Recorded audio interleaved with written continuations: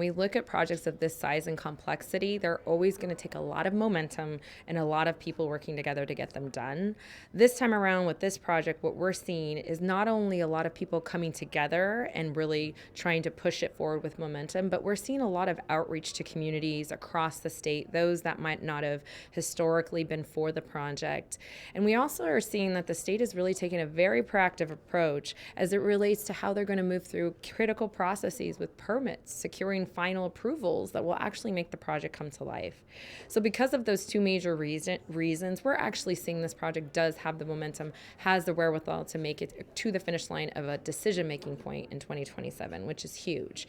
And from that point forward will be where we really see the final decision to move the project. And so I do see a lot more ability and a lot more strength in the project and where it's at today. The Metropolitan Water District is dealing with some really complicated issues related to water supply management into the future, what exactly are the right investments, and also dealing with a budget constraint and trying to figure out how do they allocate dollars. So at this juncture, they needed to really think about if we continue to invest in this project for its planning purposes, how are we going to, one, come up with that money, and two, have sureties on how that money will be spent?